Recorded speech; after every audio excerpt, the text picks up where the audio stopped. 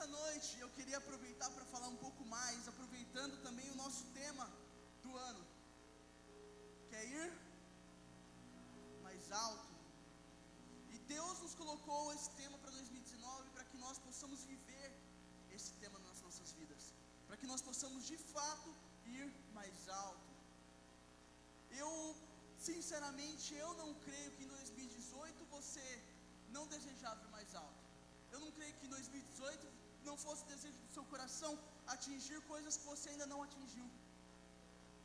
Mas o que muda de um ano para o outro, para que em 2019 você consiga atingir essas coisas? O que muda do ano passado para esse ano, em relação à liberação do céu, para que você possa atingir algo mais nesse ano?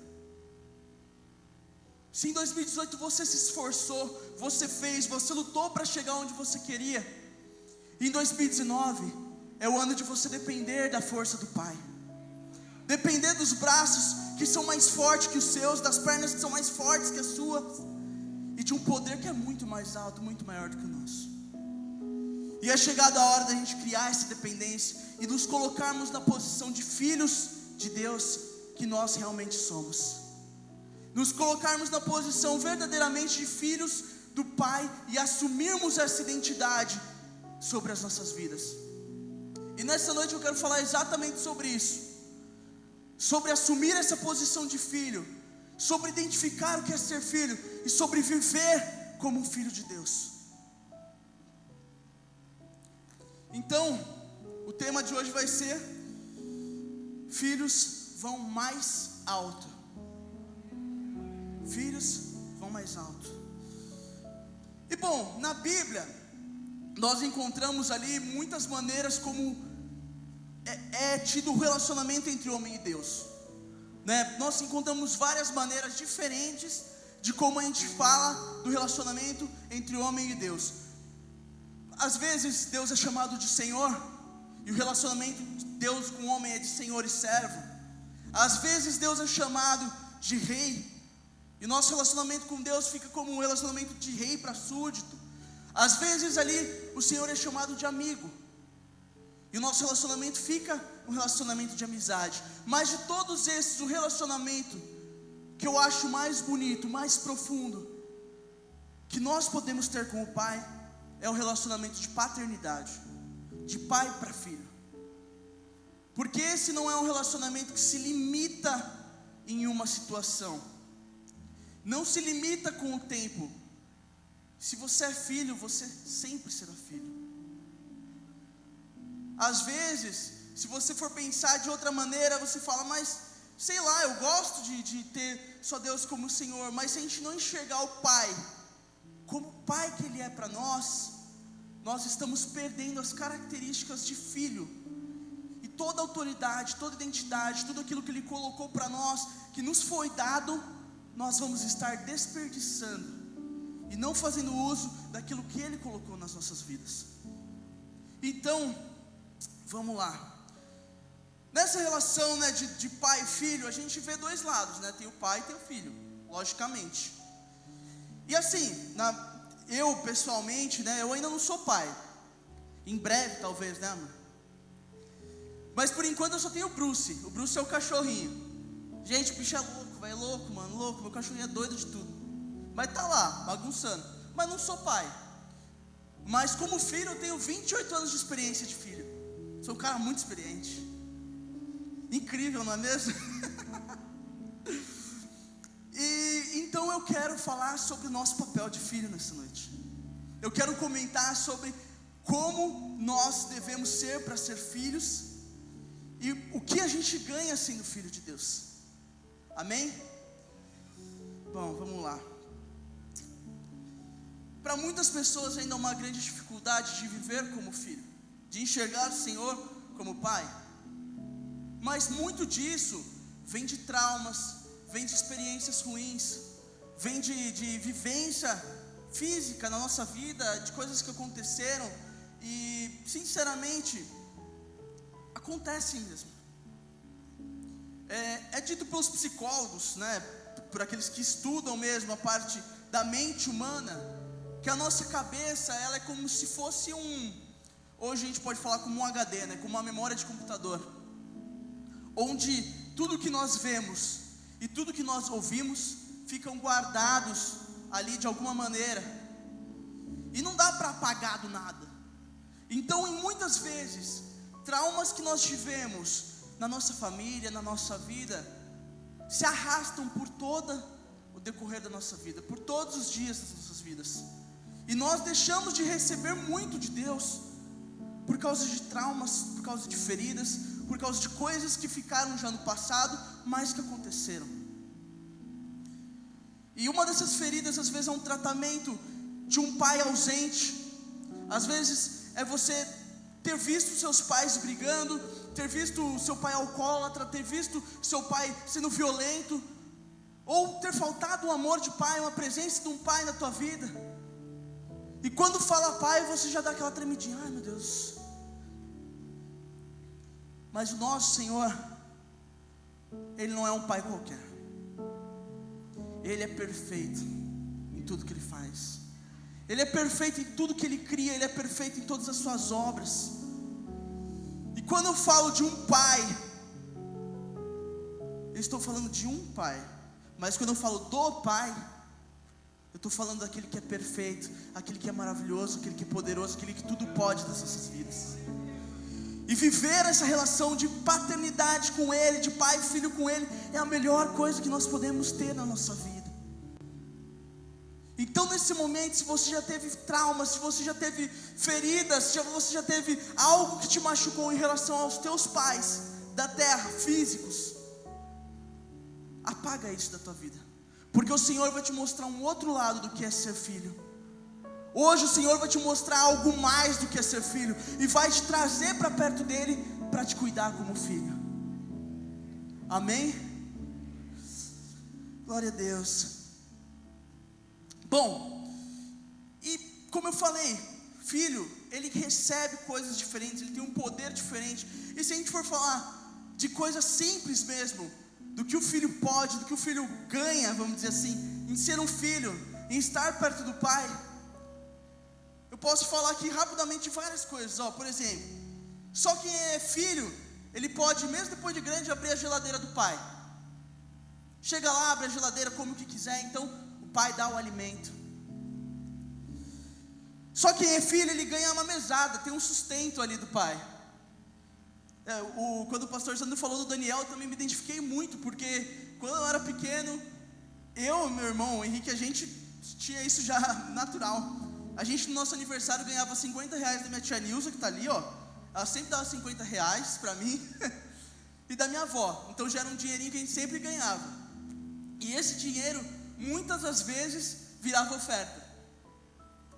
E hoje o pessoal olha e fala, o que tem de diferente? Eu falo às vezes com colegas meus que estudaram comigo, na mesma faculdade, na mesma sala, e por que você tem uma prosperidade maior? Porque, cara, foi uma semente que foi plantada. Isso é maravilhoso, isso é muito maravilhoso. E quando eu ganhava a minha mesada, eu também ia lá e furtava, dizimava, e fazia que nem o Daniel também, depois voltava para o meu pai para pedir mais dinheiro. Então só quem é filho ganha uma mesada, tem um sustento do pai. Só quem é filho pode viver eternamente na presença do pai. Ou seja, tem uma morada, tem uma casa, tem um lugar, tem um abrigo.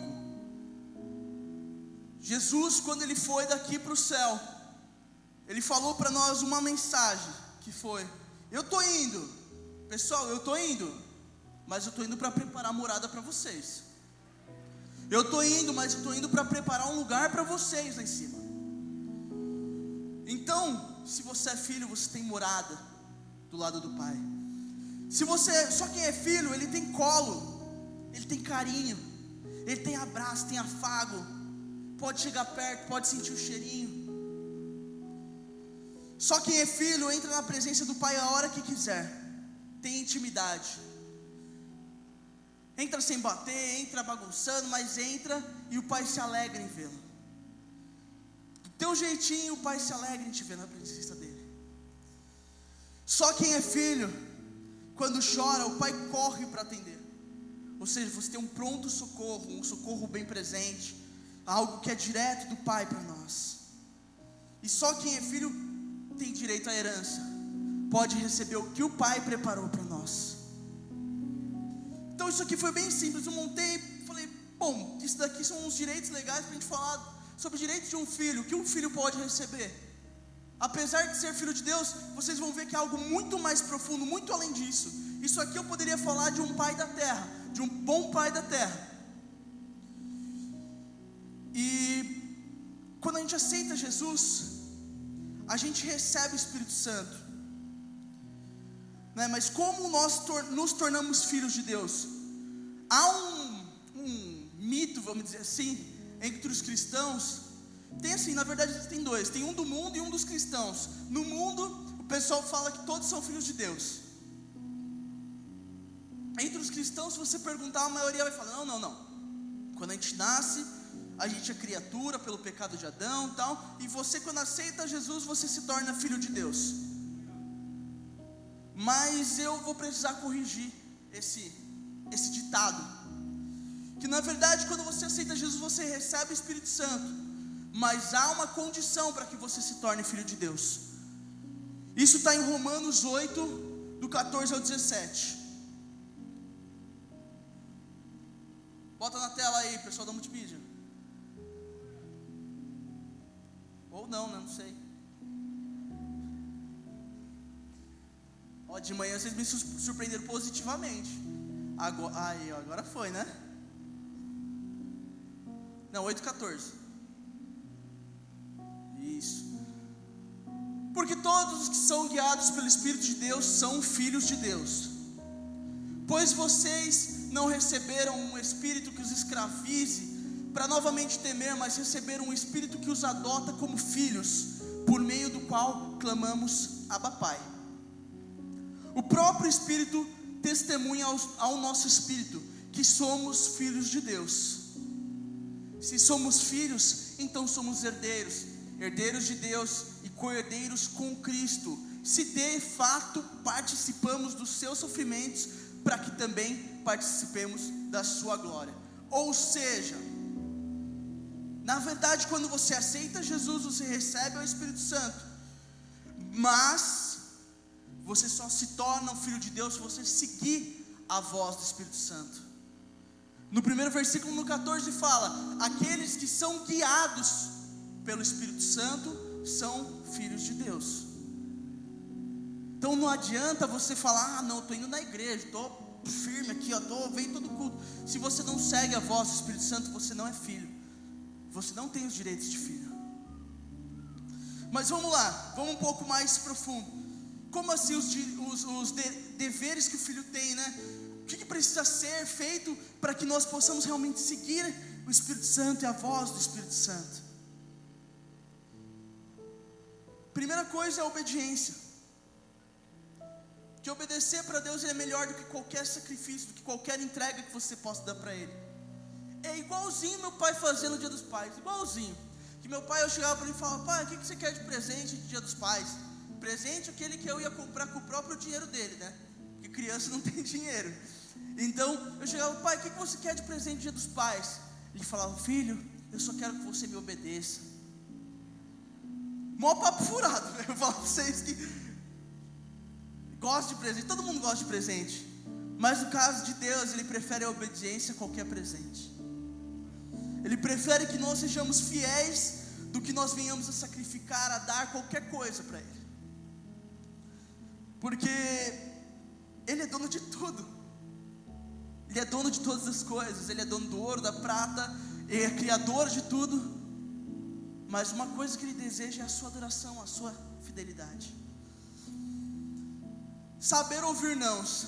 Isso aqui é forte, porque às vezes a gente, quando ouve alguns nãos, a gente fica esperneando, fica berrando, fica gritando. Eu não era uma criança fácil, tá?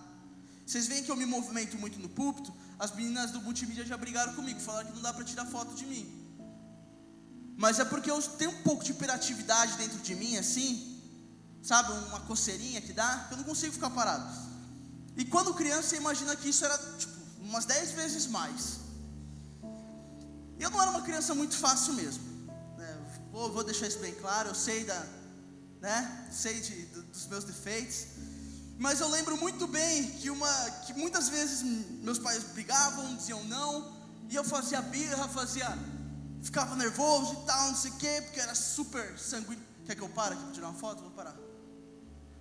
Pose de pregador, aqui ó, profetizando. Viu? Não reclama mais. Então, eu às vezes estava no shopping, pedia uma coisa e falava, filho, não dá, não tem como, isso aqui não rola. E eu lembro que uma das vezes, meus pais fizeram o seguinte: eu fiquei ali esperneando, tal, não sei o que, eles simplesmente saíram e me deixaram lá. Deixaram lá berrando, gritando, não sei o que não pode, não sei o que lá. E eu sei que eles me deixaram sozinhos, e eu não vi mais eles à minha volta. E eles ficaram só observando. E aí quando eu comecei a querer, eu me acalmei, claro, né, porque passou, né, então, tinha um problema maior do que não ter o brinquedo, do que né, tá sem pai ali, acho que é o problema maior. Aí quando eles viram que começou a chegar alguém perto, para até tentar fazer alguma coisa, eles vieram correndo e me pegaram.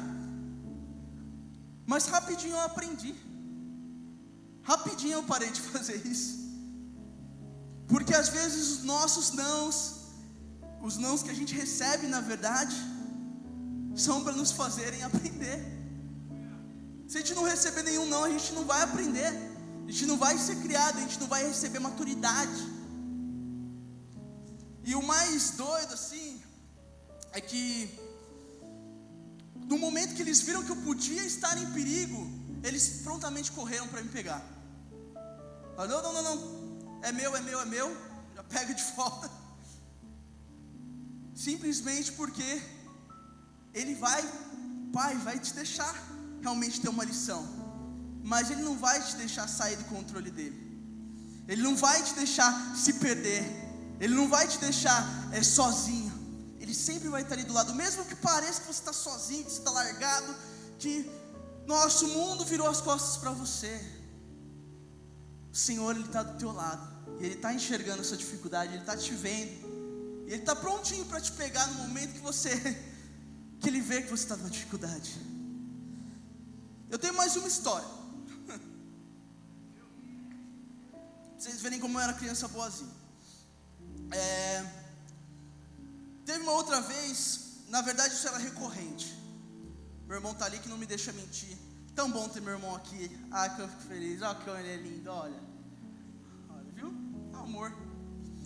E ele não me deixa mentir, que toda vez em casa que meus pais brigavam, era assim, brigavam, tomavam um tapinha, alguma coisa assim, ia pro banheiro e chorava, porque minha mãe falava, chorava, vai pro banheiro.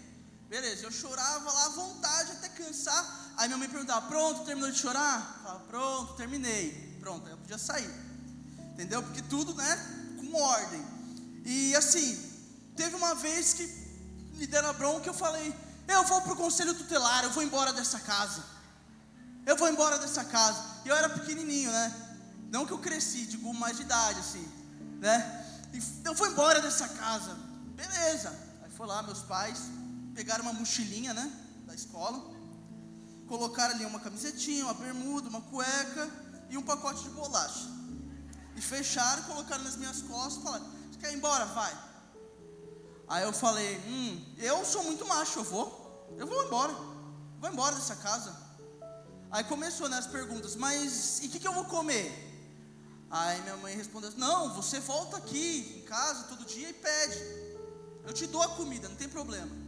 Ah, tá, mas como é que eu vou me vestir? Não, aí você pede roupa para as pessoas vão te dar roupa. E foi indo lá para o portão, Conforme ia se aproximando do portão, mas eu não queria arredar o pé. Na hora que chegou no portão, eu falei, não quero mais, não, agora você vai. Agora você vai. Me botou para fora, trancou o portão, beleza. E eu fiquei lá no portão. Aí daqui a pouco toca a campainha de casa, Aí minha mãe falou, o Fernando subiu no portão, que eu tinha essa mania, eu subia no portão porque eu era pequenininho, subia no portão para tocar a campainha. O Fernando subiu no portão, tá tocando a campainha. Na hora que ela abriu a porta, tinha uma pessoa comigo. Aí falou, moça, o seu filho está aqui fora. Aí ela falou, filha da mãe, agora não posso negar dele entrar. E foi assim, mas também depois nunca mais eu quis fugir. Nunca mais eu tive esse desejo. Também é assim com o nosso Pai. O nosso desejo de estar na presença dele tem que ser maior do que qualquer coisa, qualquer chamado do mundo para nós. O nosso desejo de estar na casa dele tem que ser imediato. No momento que você está pensando em sair, tem que já dar aquele desespero. Não, eu preciso voltar para perto do meu Pai. Preciso voltar para o colo do meu Pai. Preciso voltar para o amor do meu Pai. Deus é maravilhoso, gente. Seguir a palavra dele é algo muito importante para que nós possamos viver de acordo com o Espírito Santo. Cara, Deus, às vezes a gente reclama, Deus não está falando comigo, mas tem uma Bíblia desse tamanho que a gente pode ler a hora que a gente quiser. Ali está toda a palavra de Deus. Ali está tudo que nós precisamos saber. Não, mas eu não tenho dinheiro para comprar livros. Poxa, tem tanto aplicativo da Bíblia hoje para você ler. Eu mesmo estou usando um aqui, da Bíblia no celular, que é mais leve do que levar a Bíblia inteira. Eu quando era pequeno também, eu era um crentinho, né? Aí eu levava na Bíblia na mala, na mochila da escola. Porque aí virava mexer, eu tirava a Bíblia para fazer alguma coisa, para falar para alguém. Então, do celular já é algo bem mais fácil. E um defeito que a gente tem tido nos últimos tempos é falta de leitura de Bíblia, falta de conhecimento da palavra. Como que você vai obedecer, vai saber obedecer se você não lê a palavra? Como que você vai saber o que fazer na tua vida se você não conhece a vontade de Deus que está escrito na Bíblia? Às vezes eu sinceramente acho que às vezes a gente está orando e falando, Senhor, o que eu faço? Para onde eu vou? O que eu faço da minha vida? Aí eu falo, filho, está tudo na Bíblia, vai ler a Bíblia. Porque Ele deixou tudo aquilo escrito para que nós venhamos a seguir. A Bíblia não é só um livro, é um manual de fé e prática. Tudo que você precisar ali tem. E é claro que aqui nós conseguimos absorver mais da palavra quando é pregado do altar, pela nossa facilidade de absorver quando nós ouvimos. Mas se você não se alimenta todo dia, você não fica fraco? Comendo só de final de semana, você não fica meio fraquinho? Quando você come todo dia, você fica forte. E não é todo dia que você vai conseguir vir para a igreja, porque não tem culto todo dia. Mas todo dia você consegue abrir a Bíblia em casa e orar e ler. Amém? Bom, amar a Deus acima de tudo. E o amar, ele vai muito além de só ter aquele... como eu amo a Deus, como tem acontecido muito hoje em meio aos jovens, nas redes sociais, que você, às vezes você sabe da vida da pessoa e você entra lá e a pessoa posta um versículo. Então pronto, então ela já ama a Deus. Amar é viver aquilo que Deus tem para você. Se você não vive aquilo que Deus tem para você, você não está amando nada. Você está amando mais ao mundo do que à vontade de Deus. E às vezes a gente ouve algumas pregações por aí de pessoas muitas vezes despreparadas, falando sobre que amar a Deus já resolve tudo. E o pessoal acha que o amor é aquela paixão, quando você ama aquela menina que você começa a conhecer e você quer, eu quero conhecer um pouco mais dela, eu quero ver ela mais vezes. Amar não é isso, isso é paixão. Amor é convivência, amor é estar junto, amor é compreensão, amor é conversar todo dia. Isso é amor. Quando a gente fala amar a Deus, é querer mais a Deus, querer mais as coisas de Deus do que qualquer outra coisa que nós venhamos poder a desejar. E é isso que Ele tem para nós, esse amor. E principalmente de tudo isso aqui, andam juntos o amor e a dependência de Deus. Por que a dependência de Deus? O que significa essa dependência? Que eu vou precisar falar com Deus todo dia? Não, sinceramente, quando você olha aquela passagem aqui que a gente leu agora há pouco, e a gente leu Romanos do 8, do 14 até o 17, no versículo 15, ele tem um termo ali que o pessoal usa bastante hoje em dia, que é Abba. E esse Abba, o que significa?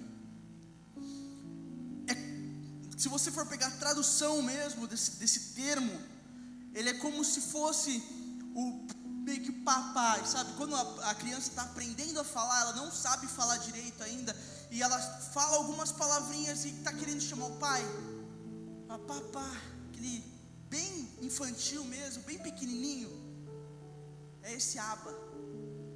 É assim que as crianças chamavam seus pais, Abba. Ou seja, nós temos que ser perante o Senhor de total dependência. Nós precisamos desejar a presença dEle, e nós precisamos querer colinho mesmo.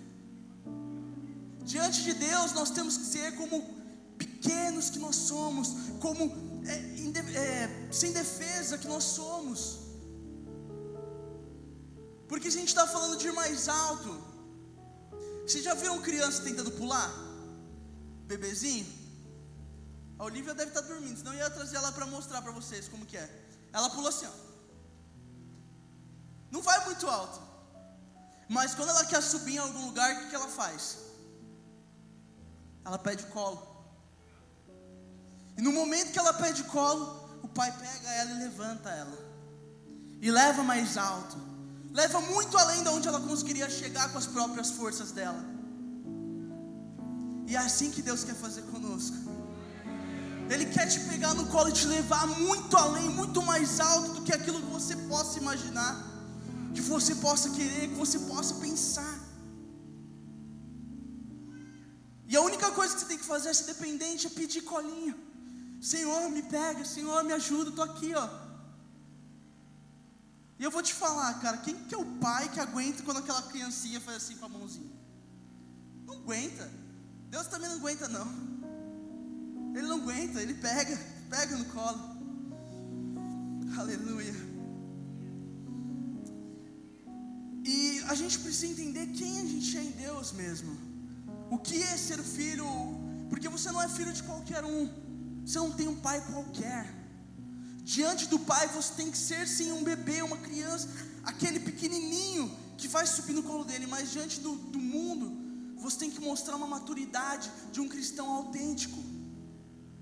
Para o pai você tem que ser aquele que pede colo, mas mostrar ao mundo quem é o teu pai, você tem que mostrar como um cristão maduro.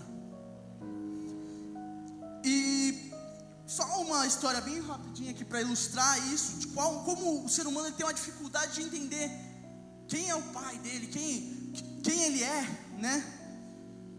Vou entrar rapidinho numa história, vai ser bem rapidinho, só um flash mesmo para a gente poder contextualizar. Tem na Bíblia um cara que se chamava Mefibosete. Não sei se todos já ouviram falar desse cara.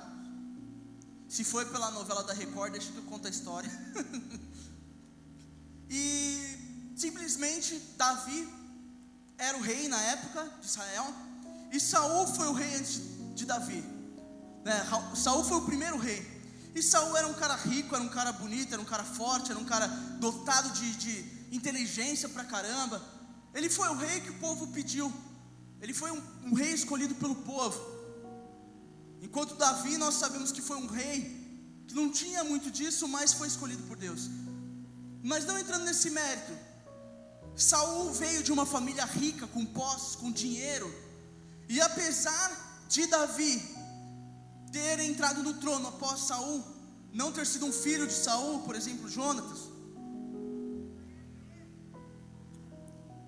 a família de Saul tinha muito dinheiro, era rica. E Jonatas, que era filho de Saul, teve um filho também, e o nome desse filho era Mefibosete. Ou seja, ele era de uma linhagem rica, real, poderosa. E Mefibosete estava lá na dele, vivia numa boa, pequenininho. E certo dia, a menina que cuidava ele derrubou ele. Minha mãe fala que é de cima das costas, eu não sei exatamente, tá? Minha mãe fala para eu não ficar pegando minhas sobrinhas aqui, porque eu vou derrubar, vai virar Mefibosete. Então, basicamente assim, caiu, se machucou e não pôde mais andar. Basicamente isso, tá?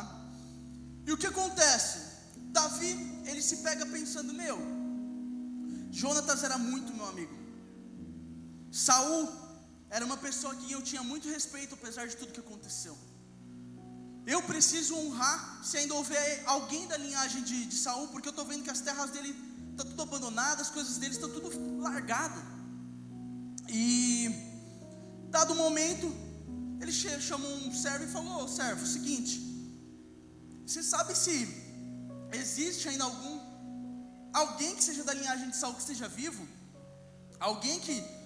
Algum filho aí perdido, alguma coisa assim que esteja vivo, que possa receber uma honra que eu quero dar? E o servo dele falou: tem sim, tem Mefibosete, ele está vivo, eu sei disso. Falei: então tá bom, então me leva lá, vamos falar com esse cara. E quando ele chega lá, Mefibosete olha para ele e fala: meu rei, o que você está fazendo aqui? Aí ele fala: não, eu vim aqui porque eu quero te honrar. Eu tenho uma dívida com o seu pai, com o seu vô, que eu quero te honrar. Quero que você tenha a honra devida. E sabe que Mefibosete, que era de uma família real, que tinha um sangue azul, que tinha dinheiro, tinha tudo, sabe o que ele fala para Davi? O que você está fazendo aqui vindo falar com esse cachorro sarnento que eu sou? Esse nada que eu sou, esse ninguém que eu sou. Porque assim, quando naquela época, a não ser que o cara fosse rico e realmente assumisse essa posição de rico, mas ele não assumiu. No caso, se você precisasse trabalhar e você fosse deficiente, né, de qualquer tipo, você precisava mendigar naquela época. Não tinha trabalho, não é que nem hoje que tem esquema de você ter realmente uma inclusão social, uma inclusão para deficientes e tal, como tem nas empresas. Na época não, se é deficiente vai mendigar. E ele assumiu isso muito mais do que o lado dele, que era filho de um príncipe, vamos dizer assim. E mesmo tendo dinheiro da família dele, ele preferia viver como um cachorro sarnento, como ele mesmo disse, pedindo, esmolando, pedindo dinheiro para poder sobreviver. E no final da história, Davi fala: não, você não é cachorro nada, velho. Que cachorro o quê? Vem aqui, vamos lá que eu vou te levar e você vai morar no palácio comigo. E a partir daquele momento ele volta para o palácio e vai morar com Davi no palácio, e é honrado por Davi. Então vocês veem como o ser humano ele tem por natureza uma dificuldade às vezes de se reconhecer como filho. E nós temos essa mesma dificuldade. Nós temos essa dificuldade de às vezes olhar para o mundo e ver coisas do mundo e achar que o mundo, mas o mundo, meu chefe não é crente, então ele pode ter mais coisas do que eu. Você tem algo que seu chefe nunca vai ter se não vier para Jesus. E eu vou te falar que vale muito, muito, muito, muito mais. Muito mais. Se você não assumir a sua posição de filho, não entender quem você é, você nunca vai chegar no mais alto. Você nunca vai chegar onde Deus quer te colocar. Não dá. Com as suas forças você não vai chegar, você não consegue. Vamos lá. Um texto que fala muito bem da importância dos filhos de Deus está em Romanos 8:19 agora. Esse texto aqui é forte, mano. Na minha opinião, pelo menos eu acho maravilhoso. Vamos lá. A natureza criada aguarda com grande expectativa que os filhos de Deus sejam revelados, pois ela foi submetida à futilidade, não pela sua própria escolha, mas por causa da vontade daquele que a sujeitou, na esperança de que a própria natureza criada será libertada da escravidão, da decadência em que se encontra, para a gloriosa liberdade dos filhos de Deus. Sabemos que toda a natureza criada geme até agora, como em dores de parto. E não só isso, mas nós mesmos, que temos os primeiros frutos do Espírito, gememos interiormente, esperando ansiosamente nossa adoção como filhos, a redenção do nosso corpo. Pois nessa esperança fomos salvos.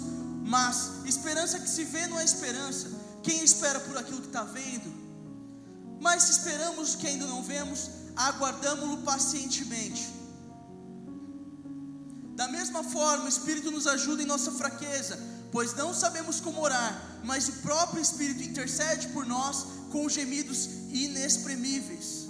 E aquele que sonda os corações conhece a intenção do Espírito, porque o Espírito intercede pelos santos de acordo com a vontade de Deus.